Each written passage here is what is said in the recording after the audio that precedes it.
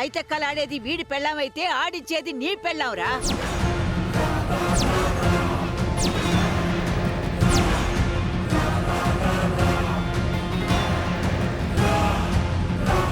ముందు దాన్ని తన్నాలరా నువ్వు. కానీ అది నీకు చేత కాదు. అసలు నువ్వు నీ పెళ్ళాన్ని కంట్రోల్లో పెట్టుంటే కొంపిలా ఎందుకు తగలడుతుందిరా? ఆడవాళ్లు బయటికెళ్లి ఎన్నికలని ప్రచారాలని వీధులెంబటి తిరగడం మన ఇంట వంట ఎప్పుడైనా ఉందా? ఇదిగో ఈ మహారాణి వచ్చింది, మొత్తం మంట కలిసిపోయింది.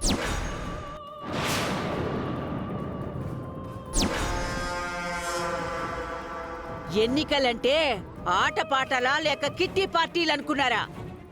ఓ ఎగేసుకుంటూ గెంతడానికి. తొందరెందుకు బామ్మ? అమ్మ గెలుస్తుందో లేదో కొద్ది రోజులు ఆగితే చాలు, మీకే తెలుస్తుంది కదా. ఏంట్రా తెలిసేది?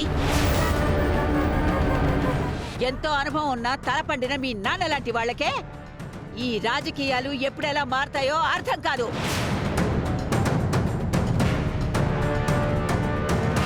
అలాంటిది ఇంట్లో కూర్చుని వంటలు పూజలు చేసుకునే దీన్ని తీసుకెళ్లి రోడ్ల మీద తిప్పి వచ్చి రాని 4 మాటలు మాట్లాడగానే ఎమ్మెల్యే అయిపోతుందా?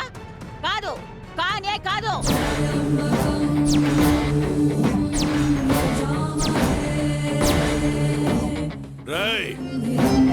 నేను చెప్పేది జాగ్రత్తగా వినండి.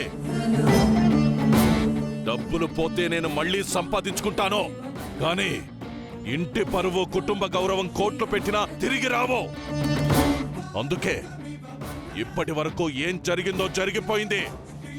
ఇకనైనా డ్యామేజ్ కంట్రోల్ చేయాల్సిన బాధ్యత ఇంటి పెద్దగా నా మీద ఉంది.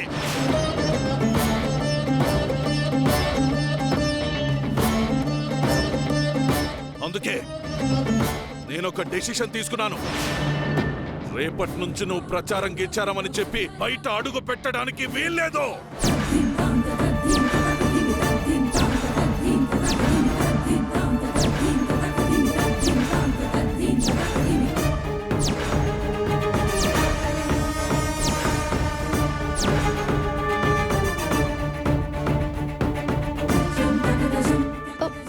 మావయ్య,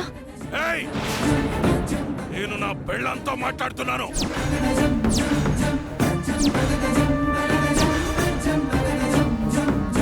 విశాలాక్షి, మొగుడిగా నా మీద నీకేమాత్రం గౌరవం ఉన్నా సరే ఇంట్లోనే ఉండి ఇంటి గౌరవాన్ని కాపాడు.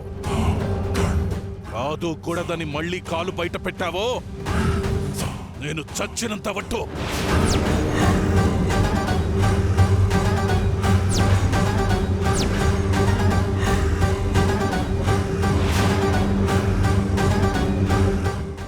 ఒట్టు కాదో అది జరిగి తీరుతుంది.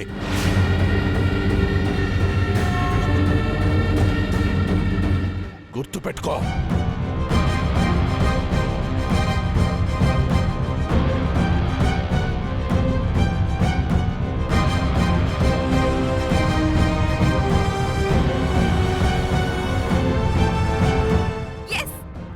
చూస్తుంటే మ్యాచ్ ఆడకముందే నేను విన్నర్ అయిపోయానేమో అనిపిస్తుంది.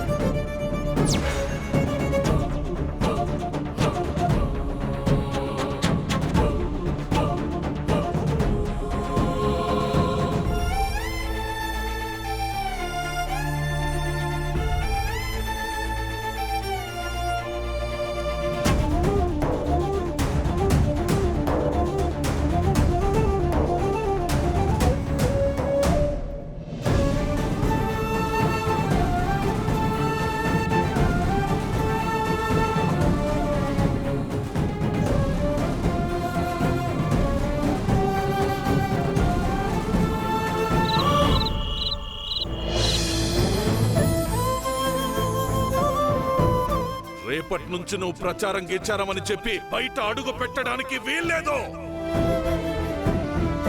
కాదు కూడదని మళ్ళీ కాలు బయట పెట్టావో నేను చచ్చినంత వట్టు. నొప్పి తగ్గిపోతుందిలేండి అత్తయ్య. నొప్పి తగ్గిపోతుందమ్మా, కానీ ఈ బాధే ఇక్కడ శాశ్వతంగా ఉండిపోతుంది.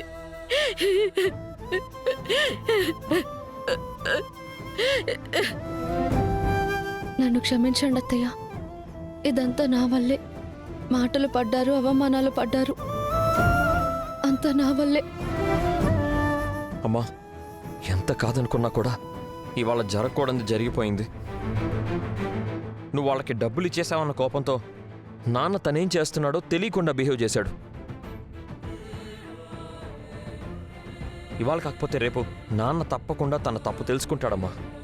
నాకు ఆ నమ్మకం ఉందమ్మా. అక్క, అది ఇవ్వు, నేను రాస్తాను. కొట్టించింది నువ్వే కదా, రాయాలి మరి.